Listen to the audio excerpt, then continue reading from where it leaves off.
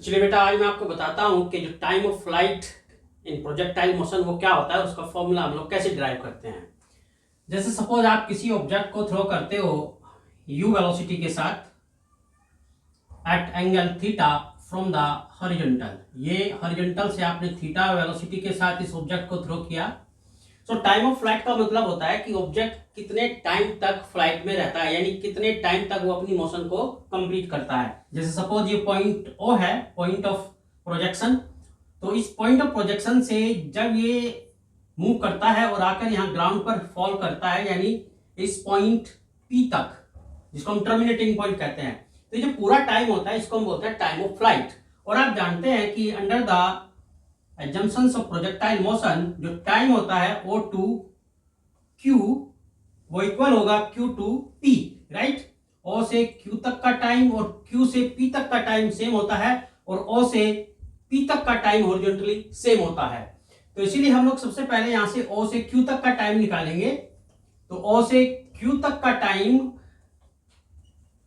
Time from O to Q is equal to time from Q to P। तो ये हमने suppose कर लिया कि T है। सो टाइम ऑफ फ्लाइट क्या हो जाएगा हमारे पास, time of flight capital T is equal to 2T, equation 1। तो अब देखो, इसके लिए हम लोग अपनी वर्टिकल मोशन कंसीडर करेंगे। आप जानते हो कि इसकी हाइट पर, यानी जब ये मैक्सिमम हाइट Q पर होता है तो इसका जो वर्टिकल कंपोनेंट होता है वो 0 होता है और सिर्फ यहाँ पर हॉरिजॉन्टल कंपोनेंट ही इसका बचता है, राइट। और वो हॉरिजॉन्टल कंपोनेंट कितना होता है, ux equal to u cos theta. तो मैंने इसकी वर्टिकल मोशन कंसीडर की O2P। तो O2P मोशन कंसीडर करूंगा तो कितना आ जाएगा मेरे पास, Vy equal to uy minus gt। तो Vy मेरे पास कितना है, यहाँ 0 है, मैक्सिमम हाइट Q पर। सो u sin theta minus gt। सो t मेरे पास आ गया u sin theta upon g।